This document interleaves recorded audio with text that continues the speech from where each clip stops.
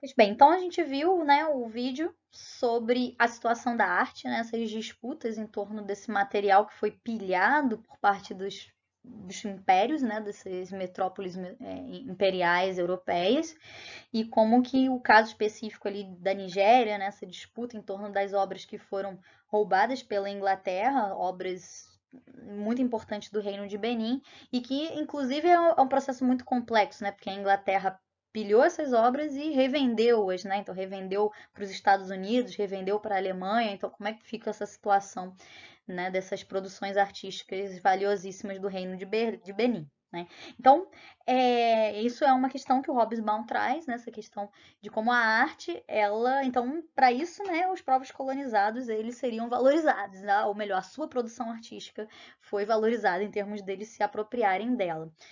E também a questão dos guerreiros. Nesse aspecto da questão dos guerreiros, eu gostaria de fazer essa aproximação com a reflexão da Maria Maias, né? Porque a Maria Maias ela traz essa reflexão muito interessante no seu livro, né, que se chama Colonization and Housewifeification, que traduzindo assim, eu traduzi mais ou menos, né, porque não existia uma palavra, nem no inglês, né, existe essa palavra housewifeification, que seria a transformação em dona de casa da mulher, né? Então eu coloquei a domesticação aí feminina. Então nesse livro a Maria Maias ela observa como que uma série de transformações que culminam especialmente aí no processo de imperialismo do século XIX, em que a gente tem também a transformação da mulher em dona de casa, né? Então isso é algo muito marcante aí no século XIX. Eu não vou entrar em detalhes, é um livro muito interessante, recomendo depois vocês lerem. Inclusive eu coloquei um dos capítulos, infelizmente só tem em inglês, mas tem um site que dá para vocês jogarem a tradução e do capítulo 3 desse livro, que eu acho que é o capítulo mais interessante. E ela traz algumas reflexões nesse ponto aqui, nesses trechos que eu recortei para a gente analisar, que fala sobre como que esse homem europeu, que dentro da Europa está se processando esse processo de transformação, processando esse processo, eu acho, está se processando essa transformação da mulher na figura da dona de casa, né, a rainha do lar, aí, como que esses europeus que estão indo a outras regiões do mundo se relacionam com a questão e com o papel da mulher nessas outras regiões, né? O que que eles querem, como que essas mulheres devem se portar, como que essas mulheres colonizadas devem se portar, e não apenas elas, mas também os homens colonizados, né? Como que esses homens deveriam se portar.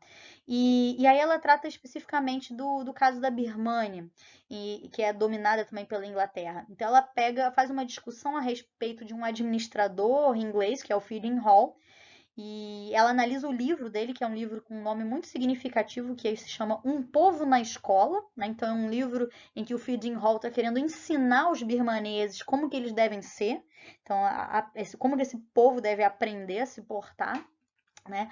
E aí tem trechos muito significativos que mostram, por parte desse feeding hall, um culto da violência como sendo uma virtude que deveria ser uma virtude masculina, né?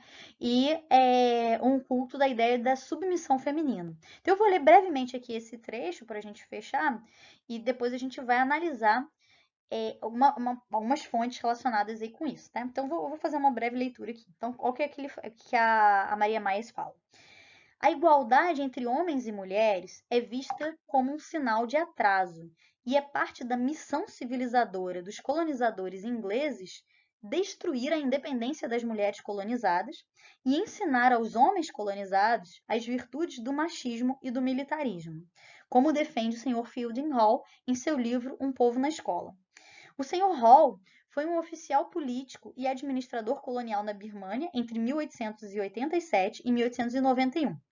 Ele observa a independência das mulheres birmanesas, a igualdade entre os sexos e a natureza pacífica dos birmaneses, a qual ele associa ao budismo. Para vencer esse atraso, os homens birmaneses deveriam aprender a matar, né? Como a gente viu no Hobsbawm, essa arte de matar era uma das poucas coisas que poderiam ser valorizadas no colonizado, a fazer a guerra e a oprimir as suas mulheres.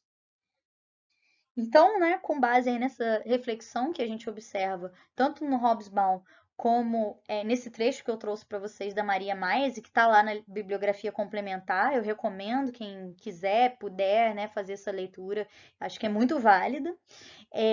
E com base nisso, vamos analisar agora um conjunto de fontes, né? A gente vai ver trechos desse livro que a Maria Maes cita, que eu fiz a tradução de alguns trechos aí que eu coloquei, e algumas fotos de mulheres birmanesas, vocês vão observar aí, né, trabalhando e tal, no tabaco.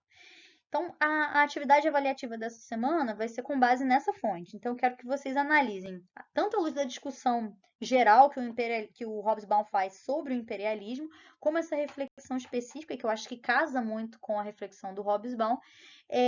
À luz dessa discussão, como é que vocês entendem e interpretam esse conjunto de fontes que eu apresento aí para vocês, ok?